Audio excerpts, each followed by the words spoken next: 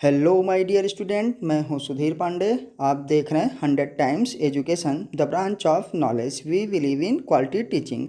आज हम लोग पढ़ेंगे इकोलॉजी में मेजर एबायोटिक फैक्टर वाटर, जो कि टेम्परेचर के बाद है। चलिए अब स्टार्ट करते हैं। हेलो भाई लोग, कैसे हैं आप लोग? चलिए आज हम लोग देखेंगे अपना नेक्स्ट क्या, बायोलॉजिकल इफ़ेक्ट, जिसको कहते हैं हम लोग वाटर। आपने जो है पिछली क्लास में देखा था, पिछली वीडियो में आपने देखा था कि हमारे पास मेजर एबायोटिक फैक्टर और बायोटिक फैक्टर होते हैं। एबायोटिक फैक्टर में हमको 4 चीज़ें पढ़नी है। हमारा पहला टेम्परेचर है, दूसरा हमारा वाटर, तीसरा सॉइल और तीसरा लाइट, चौथा सॉइल और पढ़ते हैं हम लोग। और बायोटिक फैक्टर में आपको पहले ही बता दिए हैं कि आप PQC याद कर लीजिए। प्री से प्रेडेटर, फिर P से पैरासाइट, फिर P से पैथोजन और C से कंपटीटर होते हैं। तो हम लोगों ने पिछली क्लास में टेम्परेचर के बारे में काफ़ी अच्छे से पढ़ लिया है। आशा करते हैं कि आप लोगों ने अब तक में याद कर लिया होगा। तो चलिए आज हम वाटर की बात करते हैं कि क्या है वाटर। वाटर, ठीक ना। इसको शुरू करने से पहले आप लोगों से रिक्वेस्ट है कि प्लीज़ नीचे जो है लाल कलर से सब्सक्राइब लिखा है, आप उसको दबाइए, उसे चैनल सब्सक्राइब हो जाएगा। फिर जो है बेल आइकन आती है, मतलब घंटी आती है। घंटी को आप जैसे ही दबाएंगे तो उसमें 3 ऑप्शन आपको मिलेंगे। सबसे ऊपर वाले ऑप्शन पे आपको क्लिक कर देना है। उससे क्या होगा कि हमारे जितनी भी वीडियोज आएंगी और जैसे ही आएंगी तुरंत आपको नोटिफिकेशन मिल जाएगा, सूचना मिल जाएगी कि वीडियो अपलोड हो गई है। और प्लीज़ आप लोगों से रिक्वेस्ट है कि पूरा वीडियो देखिए। अगर आप एक बार में नहीं देख पाते हैं तो दोबारा देखिए, दोबारा भी नहीं देख पाते हैं तिबारा देखिए, लेकिन उसको स्किप कर करके बढ़ा बढ़ा के भगा भगा के मत देखिए। ये क्योंकि एजुकेशन है, एजुकेशनल वीडियोज है। इसमें से अगर आप इसको भगा दिए तो समझ में नहीं आएगा कि कौन सा पॉइंट निकल गया, क्या बात निकल गई। बाकी सब में आप कर सकते हैं, लेकिन इसमें ऐसा मत किया करिए। चलिए आज हम स्टार्ट। हाँ, एक बार में नहीं देख सकते हैं तो दोबारा तिबारा जितनी बार हो आप, वो यूट्यूब पे अब हमेशा ही रहेगा, आप देखिए। चलिए आइए बात करते हैं वाटर की। और सभी जानते हैं कि पानी हमको क्या है, 3 रूपों में मिलता है। पानी हमको 3 रूपों में मिलता है। क्या? एक तो द्रव के रूप में, सीधे सीधे जो पानी हम लोग पीते हैं। दूसरा हमारा ठोस बर्फ, उसको भी लोग पानी के रूप में खूब जानते हैं कि पानी ही है। तीसरा हमारे पास क्या है, जो वेपर हो, भाप के रूप में उड़ता है, वो पानी है। तो मतलब जैसे हम लोग स्टेट ऑफ मैटर, द्रव्य की अवस्थाओं में 3 चीज़ पढ़ चुके थे, सॉलिड, लिक्विड, गैस। मतलब किसी भी द्रव्य की, किसी भी जो है पदार्थ की 3 अवस्थाएं होती हैं। तो ये पानी का 3 हमारे पास हो गया। आइस होता है, इसलिए कह रहे हैं आइस कि आज हम लोग वही पढ़ेंगे ही ना, हमारे पास वेपर के फॉर्म में और हमारे पास जो प्योर लिक्विड है। तो आइए देखते हैं हमारे पास वाटर। पहली बात आप यहाँ पे जरूर देख लीजिएगा कि वाटर ना, origin of life, origin of life मतलब जीवन की उत्पत्ति कहाँ पे हुई? वाटर में, पानी में। हमारा जो जीवन मिला है, पूरा पहला जीव जो बना था वो पानी में ही बना था। जीवन की उत्पत्ति पानी में ही हुई है। इसीलिए लोग कहते हैं जल ही जीवन है। जो जीवन हुआ हमको पानी में ही मिला। मैक्रोमोलिक्यूल्स थे, वो पानी में ही कंबाइंड किए, टेम्परेचर बढ़ा था, उनके बीच रिएक्शन हुआ और जीव की उत्पत्ति हो गई। तो ओरिजिन ऑफ लाइफ कहाँ पे? In water. तो वाटर में ही हुई। ये चीज पक्का याद रखिएगा कि जीव का विकास, जीव की उत्पत्ति पानी में ही हुई। पानी हमको 3 रूपों में पाया जाता है, आपको पता है, वो सब लिखने की जरूरत नहीं है। अब हम देखेंगे कि ये क्या है। दूसरा आपका सबसे बहुत इम्पोर्टेंट पॉइंट है जो हम पढ़ चुके हैं कि सेकेंड मोस्ट ना होता, मोस्ट क्या होता है, रिवेलेंट फैक्टर। ये क्या है? सेकेंड मोस्ट रेवेलेंट फैक्टर है, सबसे मतलब दूसरा सबसे प्रभावकारी कारक। ये क्या है? सेकेंड, दूसरा सबसे प्रभावकारी कारक, सबसे प्रभावकारी क्या है? कारक। इकोलॉजी में आपके पूरे के पूरे हमारे पास जितना कुछ भी है, मोस्ट इकोलॉजिकल इफेक्ट किसका है? टेम्परेचर का। सेकंड पे किसका है? वाटर का। हमारे पूरे के पूरे पर्यावरण में, पूरे बायोस्फीयर की बात हो रही है। कारक कौन सा होता है? पानी होता है, वाटर होता है। कैसे? क्योंकि आप जानते हैं कि हर सेल में, हमारी हर कोशिका में न, एवरी सेल, प्रत्येक हमारी कोशिका में कितना? 70 से 90% क्या होता है? वाटर। 70 से 90% वाटर होता है। हर्बेशियस प्लांट,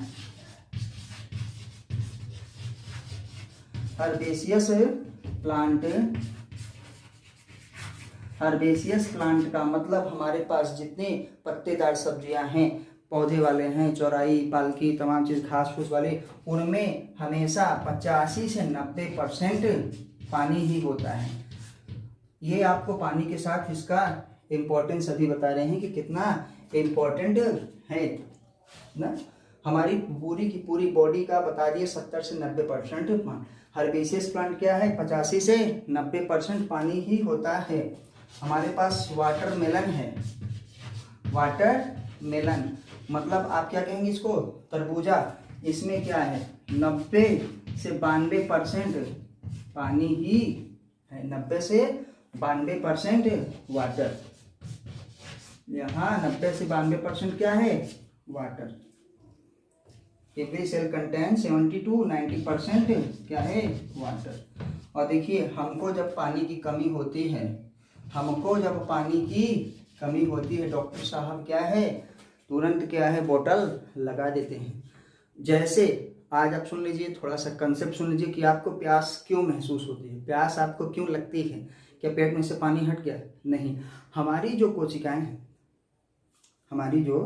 कोशिकाएं हैं, हमारी जो सेल्स हैं, उसमें 70 से 90% पानी होना चाहिए। और जैसे ही उसका परसेंटेज कम होने लगता है, हमको प्यास लगना शुरू हो जाती है। वो गला सूखने की दूसरी बात है कि गर्म हवा जा रही है, गर्मी का मौसम है, गला बार सूख रहा है और चीज़ें हैं ना, क्योंकि गले में भी तो सेल्स हैं, बगल में कोशिकाएं हैं। तो सीधे सीधे गर्मी पहले यहीं जाती है, सीधे सांस लेते हुए गर्म हवा यहीं है, तो यहीं सूख रहा है। तो 70 से 90% जब परसेंटेज कोशिकाओं में पानी का स्तर कम होने लगता है, तो हमको प्यास लगती है और हम वो पानी पीते हैं, फिर परसेंटेज मेंटेन हो जाता है और फिर हमारी प्यास बुझ जाती है। अब हम आते हैं हमारी बॉडी का, जिसकी वजह से हम लोग जिंदा हैं, जिसको नोट करना होगा, ये नोट कर लेगा। डाटा बड़ा अच्छा है, पानी का परसेंटेज आपको याद रखना चाहिए। आते हैं तो हम इसको हटाते हैं। आइए, आप वीडियो को पॉज करके नोट कर लीजिएगा।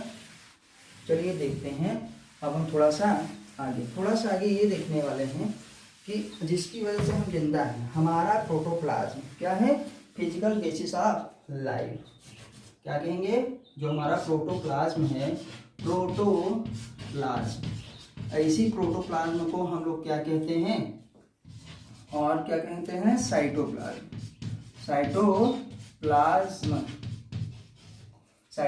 मतलब हमारे सेल के अंदर का जो प्लाज्मा है, जिसमें हमारी क्या है? माइटोकॉन्ड्रिया, हमारी गोल्गी बॉडी, हमारे राइबोसोम्स, हमारी वैक्यूल्स ना, तमाम चीज़ें सेल्स में, प्लांट का हो चाहे एनिमल्स का हो, तो क्या है? उसमें वैक्यूल जो है एनिमल सेल में नहीं पाई जाती हैं। तो क्या करते हैं? अब हमारे यहाँ पे ये जो साइटोप्लाज्म है, उसका जो जीव द्रव्य है, जिसको हम क्या कहते हैं? जीव द्रव्य। हिंदी में लिख देते हैं जीव द्रव्य का मतलब जीवित सेल के अंदर कोशिका में पाई जाने वाला द्रव्य हमारे पास, उसका 90 से 92% भाग क्या होता है? पानी ही होता है ना। अब आप सोचिए कि हर जगह पानी की इतनी आवश्यकता क्यों हुई? तो भैया मेरे देखिए यहाँ लिखते बहुत कम हैं, लेकिन अगर आप ओरल से सुनेंगे तो बहुत कुछ बोल देते हैं, बोल जाते हैं। इसलिए आपको सुनना और ध्यान से सुनना बहुत ही जरूरी है। क्या करते हैं 90 से 92% पानी है। अब इतना पानी हर जगह क्यों है भैया? जब उत्पत्ति ही पानी में हुई है जीव की, वहीं पे डूबे पड़े थे, चारों तरफ पानी ही पानी था, तो क्या किए? हर जगह पानी पानी भर लिए ना। पानी पानी पानी आपने सॉन्ग ही सुना होगा। तो क्या करते हैं, जहाँ जैसा माहौल रहेगा, जैसे हमारे क्षेत्र का वातावरण था, पानी में डूबे थे, पानी ही पानी ज़्यादा ले लिए, हर जगह पानी की जरूरत होती है। तो चलिए ये आपके बहुत इंपॉर्टेंट पॉइंट्स हो गए। अब हम लोग आते हैं कि अवेलेबिलिटी ऑफ वाटर, पानी कहाँ पे कितना मिलता है। ठीक, जिसको नोट करना होगा आप नोट कर लीजिएगा। जीव द्रव्य क्या है? जीव द्रव्य मिटा दिए, फिर से लिख दे रहे हैं प्रोटोप्लाज्म। प्रोटोप्लाज्म एक पॉइंट और लिख लीजिएगा जो सीधे सीधे ऐसे आ रहा है। प्रोटोप्लाज्म, इसको क्या कहते हैं? Physical basis of life. Physical basis of क्या कहेंगे? Life. Physical basis of life, इसका मतलब हुआ जीवन की भौतिक आधारशिला। जीवन की भौतिक आधारशिला, भौतिक आधारशिला। आधारशिला, आधारशिला क्यों है? बेस क्यों है ना?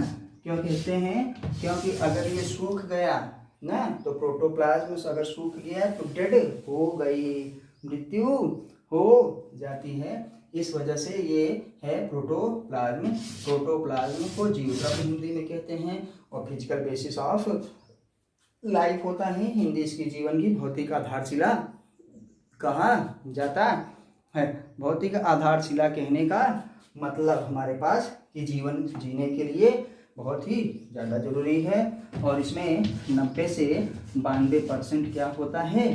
पानी होता है। ये पॉइंट्स आपको लिख चुके हैं। जो भैया लोग नोट करना चाहते होंगे वो नोट कर लेंगे। अब हम थोड़ा सा आगे बढ़ते हैं। चलिए देखते हैं जो हमारे एनसीईआरटी में दिया है। ये भी एनसीईआरटी में दिया है, लेकिन अलग अलग जगह हमने एक साथ इसको एक ही जगह बता दिया।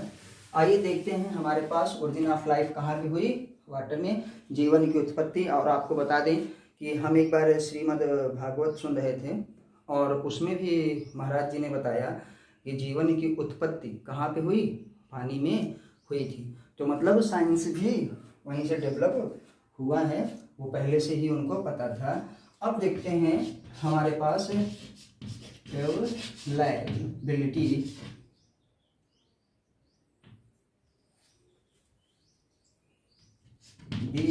Of water.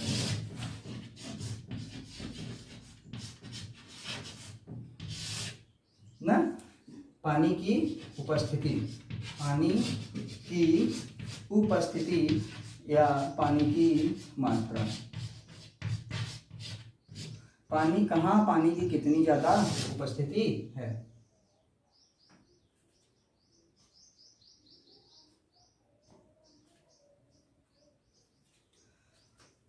अगर हम आपसे पूछें कि पानी सबसे ज़्यादा कहाँ है, तो आप बताएंगे कहाँ पे? सी में। तो समुद्र में, समुद्र में नहीं, महासागरों में, जिसको हम कहते हैं ग्रेट ओशियंस ना। तो महासागरों में सबसे ज़्यादा है। तो सबसे ज़्यादा पानी कहाँ पे है? महासागरों में, जिसको कहते हैं हम लोग ग्रेट ओशियंस। ग्रेट ओशियंस में सबसे ज़्यादा पानी है। Great oceans contain most water in quantity.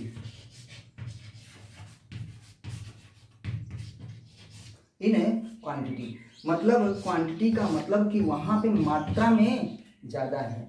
Great oceans जो हमारे महासागर हैं उसमें सबसे ज्यादा पानी है। महासागर के बाद आपके छोटे छोटे सागर वगैरह, और उससे भी पहले हमारे पास कहाँ पे आएंगे? ग्लेशियर्स में। किसमें? ग्लेशियर्स में आते हैं। तो अब हम एक डाटा बनाने जा रहे हैं और अब उस डाटा को ध्यान से देखिएगा। ये हमने आपको पहले ही बता दिया कि पानी की उपस्थिति मतलब great oceans contain most water in quantity. तो अब हम आपको एक सीरियल बना दे रहे हैं कि किसमें सबसे ज़्यादा उपस्थिति है। पानी की उपस्थिति किसमें मात्रात्मक रूप से मात्रा में किसमें सबसे ज़्यादा है। आइए बताते हैं। देखिए पानी की उपस्थिति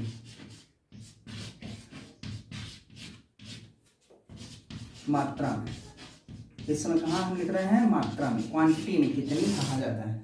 तो सबसे ज़्यादा है कहाँ, ग्रेट ओशियंस में, ग्रेट ओशियंस में मतलब महासागरों में।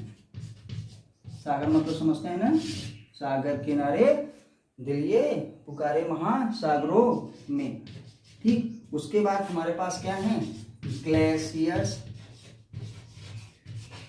ग्लेशियर्स मतलब हमारे पास जो किसके, बर्फ के बहुत बड़े बड़े बड़े क्या है पाए जाते हैं पर्वत, जहाँ पे पानी बर्फ के रूप में हो। और ग्लेशियर्स अब पिघलने लगे हैं। जब ग्लेशियर्स पिघलते हैं तो देखिए थोड़ा बहुत समुद्र, पहले कहते थे लोग कि समुद्र का पानी न तो बढ़ता है न घटता है, लेकिन अब जब ग्लेशियर्स पिघलते हैं तो बढ़ जाता है। ग्लेशियर्स ने बहुत सारे पानी को कंटेन कर रखा है, वो बर्फ के रूप में वहाँ पे पानी जमा रहता है। ठीक, तो क्या करते हैं, और आप पहले ही बता चुके हैं कि पानी तीन अवस्थाओं में रह सकता है क्योंकि वो भी पदार्थ है ग्लेशियर्स में।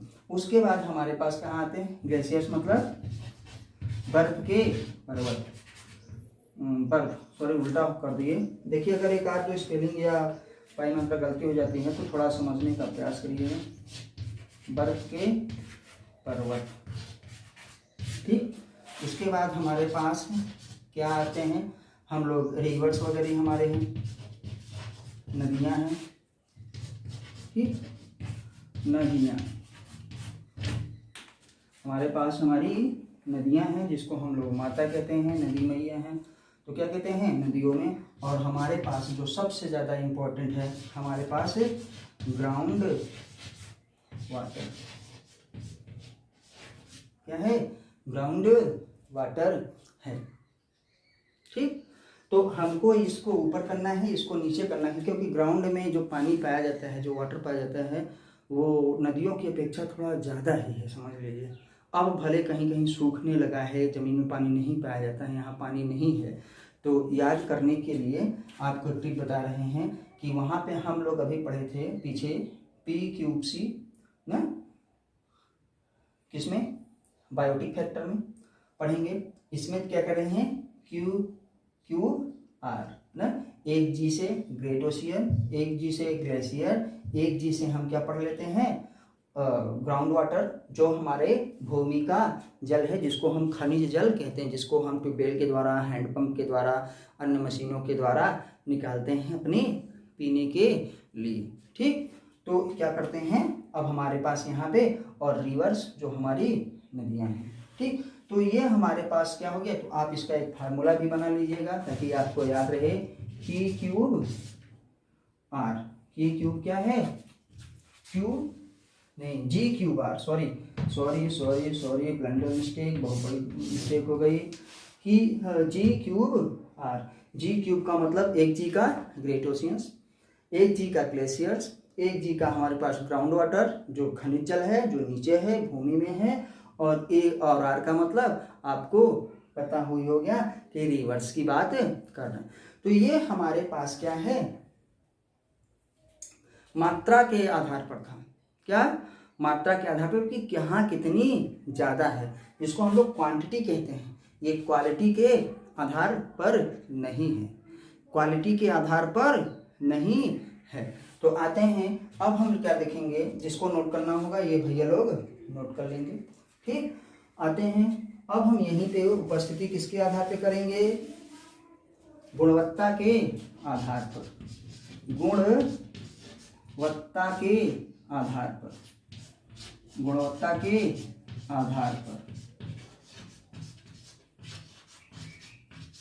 गुणवत्ता के आधार पर इसको अब हम क्या करते हैं, हटाते हैं।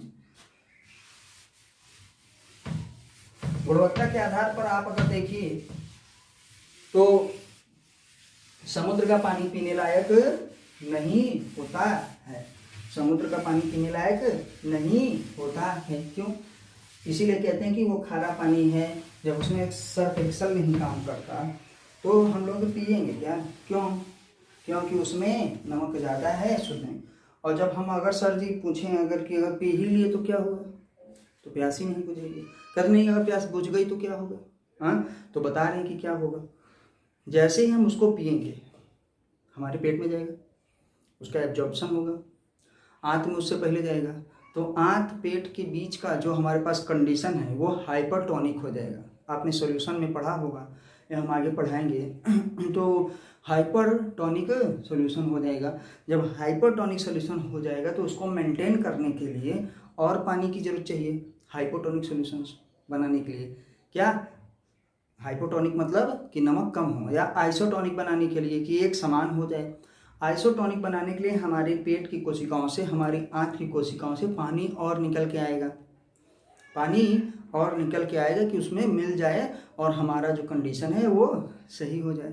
और अभी हमने आपको बताया कि भैया मेरे, हमको प्यास तभी लगती ही है जब हमारी कोशिकाओं में पानी की कमी हो जाती है। तो एक तरफ आंत से देखिए, वहाँ से निकल रहा है पानी, पेट से आंत से पानी निकल रहा है, ब्लड में से मिल के जाएगा, जिस सोल में जाएगा वहाँ भी वही कंडीशन होगी, तो वहाँ पानी की और कमी होगी, और पानी की और कमी होगी तो हमको और प्यास लगेगी। इसलिए समुद्र का पानी पीने से कोई फायदा नहीं होता है, प्यास और ही बढ़ जाती है। तो हम लोग क्या करते हैं, मीठा पानी पीते हैं, खारा पानी नहीं पीते हैं। तो आइए देखिए क्या करते हैं, हमारे पास क्वालिटी के आधार पर हम देखेंगे सबसे अच्छा हमको माना जाता है ग्राउंड वाटर। ग्राउंड वाटर जिसको हम लोग कहते हैं खनिज जल। क्या कहते हैं? खनिज जल, भूमि से आने वाला जल। क्या है? भूमि का जल खनिज जल, क्योंकि ये अंदर से निकाला जाता है। दूसरे नंबर पे हम लोग किसका पानी ज़्यादा पीते हैं? बहुत सही है, ग्लेशियर्स का बहुत पीने लायक होता है, साफ है, सही है उसमें, लेकिन हम लोग उसको पीते नहीं हैं क्योंकि मिलता नहीं ना। तो हम यहाँ पे लिखेंगे ग्लेशियर्स का। अब शुद्ध है तो है, ग्लेशियर्स का पीने लायक होता है। अभी बता चुके, पर्वतों का, बाहर बर्फ वाले पर्वतों का शुद्ध ही मिलेगा, उसको आप पी सकते हैं। तीसरे स्थान पे हमारे पास है रिवर्स में, और चौथे स्थान पर हमारे पास क्या है, तब हमारे पास आते हैं ओशियंस। तब हम समुद्र का पानी, ये ओशियन, जो भी कंट्री अपने देश में पानी को करती हैं, सप्लाई करती हैं, अपने देशवासियों के लिए देते हैं समुद्र के लोग, जैसे खनिज खाड़ी वाले देश मतलब जहाँ पे तेल ज़्यादा मिलता है, सऊदी अरब, ये तमाम चीज़ों की जगह। तो यहाँ पे क्या करते हैं, हम लोग पानी को प्यूरिफाई करवाते हैं आरओ से। आरओ का मतलब ही होता है रिवर्स ऑस्मोसिस के द्वारा समुद्र के पानी को, खारे जल को क्या है, साफ किया जाता है, पीने योग्य बनाया जाता है।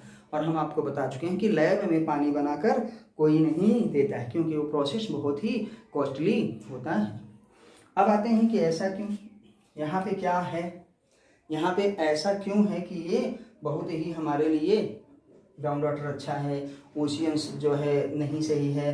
तो आपको देखिए हमारे पास अवेलेबिलिटी है किसका, सबसे ज़्यादा जो समुद्र है, जो लैंड वाटर है, भूमि वाटर है, उसमें क्या है, भूमि वाटर में, ग्राउंड वाटर में लेस देन 5% क्या है, सैलिनिटी है, मतलब उसमें खारापन, उसमें नमक कितना है, केवल 5% है।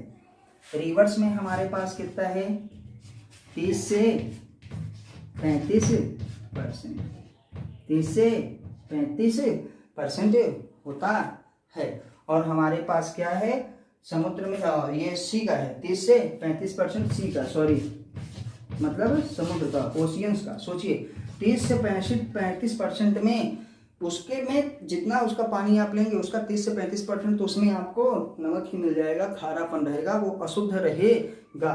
ठीक, ये हमारे पास कहाँ पे है, रिवर्स का। तो गलत लिख दिए हैं, मिटेगी। रिवर्स का भी हमारा नदी के ही बराबर है। अगर वो नदी क्या है, शुद्ध है, उसमें ज़्यादा अशुद्धियाँ नहीं है, तो लोग उसका पानी पी लेते हैं, साफ है, सही रहता है। वो भी क्या है हमारे पास वही कि लेस देन 5 to 7% आप कर लीजिए, ठीक। ओशियंस का हमने बताया 30 से 35%, 30 से 35% होता है क्या, सैलिनिटी। सैलिनिटी इसको कहते हैं, मतलब उसमें कितना नमक है। अभी एक और आपको बताना है, तो अब तक आप लोग नोट कर लीजिए, जो भैया लोग नोट करना चाहते हो वो नोट कर लेंगे।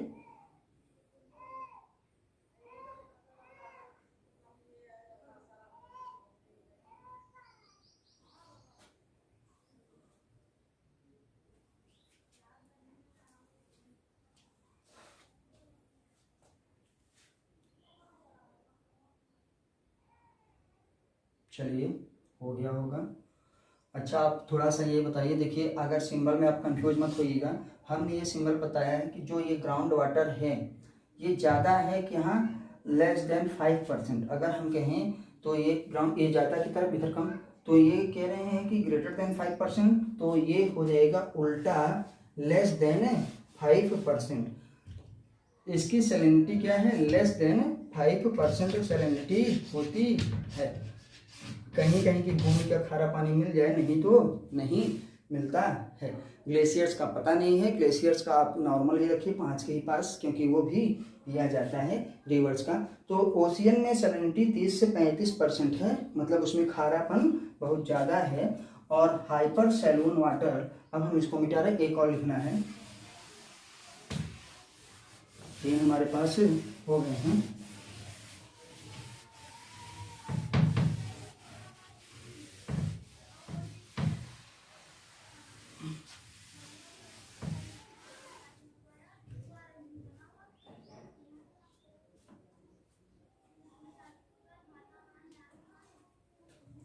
देखिए, hyper saline, hyper saline legume. आपको ये याद रखना पड़ेगा कि हाइपर सैलाइन लेग्यूम क्या होता है। हाइपर मतलब बहुत ज़्यादा, सैलाइन लेग्यूम एक स्थान है, जैसे कि वहाँ सैलाइन नाम ही इसलिए पड़ गया कि वहाँ पे सैलिनिटी ज़्यादा है, वहाँ पे नमक का कंसंट्रेशन, मतलब खारे पानी का कंसंट्रेशन बहुत ही ज़्यादा है, तो इसलिए कहते हैं कि हाइपर सैलाइन लेग्यूम में ग्रेटर दैन क्या है 100%, 100% से भी ज़्यादा वहाँ की सैलिनिटी होती है। 100% सैलिनिटी होती है, पूरा का पूरा वो पानी खारा ही होता है। आप इसको ज़रूर याद रखिएगा कि हाइपर सैलाइन लेग्यूम जो होते हैं उनमें कितना कंसंट्रेशन होता है, 100%, ग्रेटर दैन 100% होता है। अभी देखिए, ये तो हमारे पास हो गए क्वांटिटी और क्वालिटी के माध्यम में। अब देखिए कैसे ये प्रभावित करता है हमारे पास, हमारे वातावरण को, हमारे जीव को, हमारी चीज़ों को ना। हम लोग ये अभी थोड़ा सा सुने हैं, जैसे अभी हमने आंत में, पेट में, वहाँ कंसंट्रेशन ज़्यादा हो जाएगा।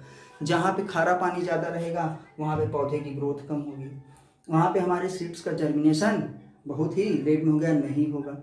आप वहाँ पे रिस्पायरेशन भी सही नहीं होगा, क्योंकि वहाँ पे जो सलाइन है वो फिजियोलॉजिकल ड्राइनेस कर देगा। एक फिजिकल ड्राइनेस होता है, एक फिजियोलॉजिकल ड्राइनेस होता है। तो ये हमारे एनसीईआरटी में जितना था उतना हो गया है, और एनसीईआरटी ज़्यादा अलाउ नहीं करती है। और आप लोगों से रिक्वेस्ट है कि आप प्लीज़ एनसीईआरटी पर ही पूर्ण रूप से फोकस करिए। तो पीने के लिए सबसे अच्छा पानी कौन सा होता है, ग्राउंड वाटर होता है, और क्वांटिटी में सबसे ज़्यादा ग्रेट ओशियंस में होता है। हर इंसान को अपना सिलेबस ही देखना चाहिए, इससे ज़्यादा सिलेबस कहीं आपको अच्छा नहीं मिलने वाला है। अब पूरा का पूरा फोकस एनसीईआरटी की लाइनों पे करिए, उसके बाद आप लोग ये वीडियोस देखिए। और आपसे रिक्वेस्ट है कि प्लीज़ पूरा वीडियो देखा करिए, उसको स्किप मत करिए। इसके आगे का हम लोग जो है नेक्स्ट वीडियो में पढ़ेंगे। तब तक के लिए नमस्ते, जय हिंद, जय भारत। और हाँ, जिन्होंने अभी तक चैनल को सब्सक्राइब ना किया हो वो सब्सक्राइब ज़रूर कर लें, और अपने दोस्तों से भी क्या है सब्सक्राइब करवाइए। वीडियो को लाइक करिए, अपने विचार कमेंट के माध्यम से बताइए कि हमारी वीडियोज़ आपको कैसी लगती हैं और हमको क्या करना चाहिए ना, वो सब हमको ज़रूर आप कमेंट के माध्यम से बताइए। अपने दोस्तों के साथ शेयर करिए और चैनल को क्या है सब्सक्राइब करिए, जिससे आपका सपोर्ट बना रहे। फिर मिलेंगे अगली वीडियो में, तब तक नमस्ते, जय हिंद, जय भारत।